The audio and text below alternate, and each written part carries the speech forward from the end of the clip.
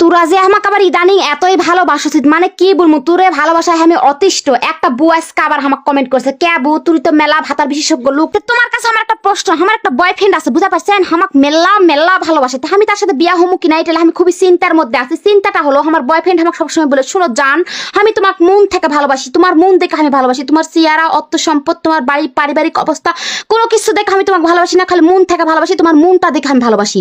তাহলে আমি কি ওর সাথে বিয়া হমু, এটা কি আমার ভালো হবে? যেহেতু তুমি একটা বিশেষজ্ঞ লোক আপা, সেহেতু তুমি আমাকে না পরামর্শ দাও, আমি কি ওই চ্যাংড়াটার সাথে মানে আমার বয়ফ্রেন্ডের সাথে বিয়া হমু? যেহেতু তোরা আমাকে মেলা মানিস, সেহেতু তোর তো প্রশ্নের উত্তর আমাকে দেওয়াই লাগবে। তো শুনবো, আমাকে যেহেতু তুই প্রশ্নটা করে ফেলছিস, সেহেতু তো আমাকে উচিত জবাবটাই দিতে হবে। এতে তোর ভালো লাগলেও কিছু করার নাই, না লাগলেও কিছু করার নাই, আমি উচিত কথা বলবো, মানে উচিত জবাব দিব তোর প্রশ্নের, এটাই হলো আমার বড় কথা। তে আই কথাটা শুরু করি। শোনো জান, তুমি আমাকে প্রথমে কি দেখে ভালোবাসিছেন, মানে আমার প্রেমত কি দেখে পড়িছেন, তুমি আমাকে কেন এত ভালোবাসেন? যদি উত্তরে আসে হ্যাঁ বেবি, আমি তোমাকে মন দেখে ভালোবাসিছি, তোমাকে আমি মেলা ভালোবাসি, তোমার মন এত ভালো, তোমার মনটা এতই ভালো, এতই ভালো, তোমার মন তো এই, তোমার মন তো এই, তোমার মন তো ওই, তোমার মন তো সেই।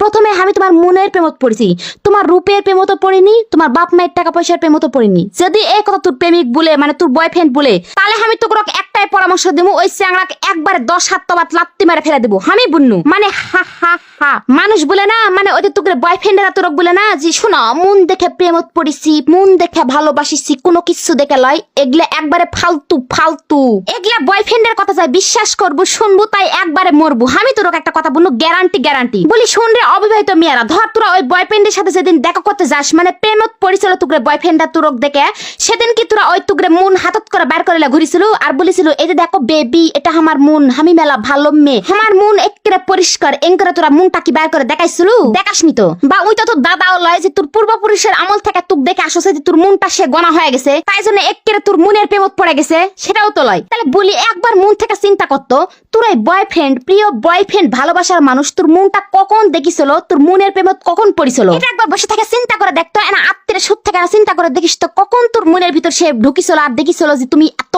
ভালো যে তোমার মনের প্রেমত পড়ে গেল। শোন, ওগুলা প্রেম ভালোবাসা মনের ভিতর ঢুকা ওগুলা কিছু লয়, ওগুলা হলো তোর বয়ফ্রেন্ড তোর মুখ দেখে প্রেমত পড়িছে, মানে তোর রূপ দেখে প্রেমত পড়িছে, আর না হয় তোর বাপের টাকা পয়সা দেখে প্রেমত পড়িছে। কারণ স্বার্থ ছাড়া এ দুনিয়াত কেউ চলে না, নিজের বাপ মাই আজকাল স্বার্থ ছাড়া ভালোবাসে না, আর তোর ওই বয়ফ্রেন্ড 2 দিনের বয়ফ্রেন্ডকে তোর মন হস্তান্তর করে মনের প্রেমত পড়ে গেল। হ্যাঁ, ওগুলা ফালতু ভাবনা, ফালতু চিন্তা ভাবনা বাদ দে, ওগুলার আসল রূপ বিয়ার 2 দিন পরে বাইরে আসবে। যে প্রেমত পড়িছে তোর বাপ মায়ের টাকা দেখে না তোর রূপ দেখে।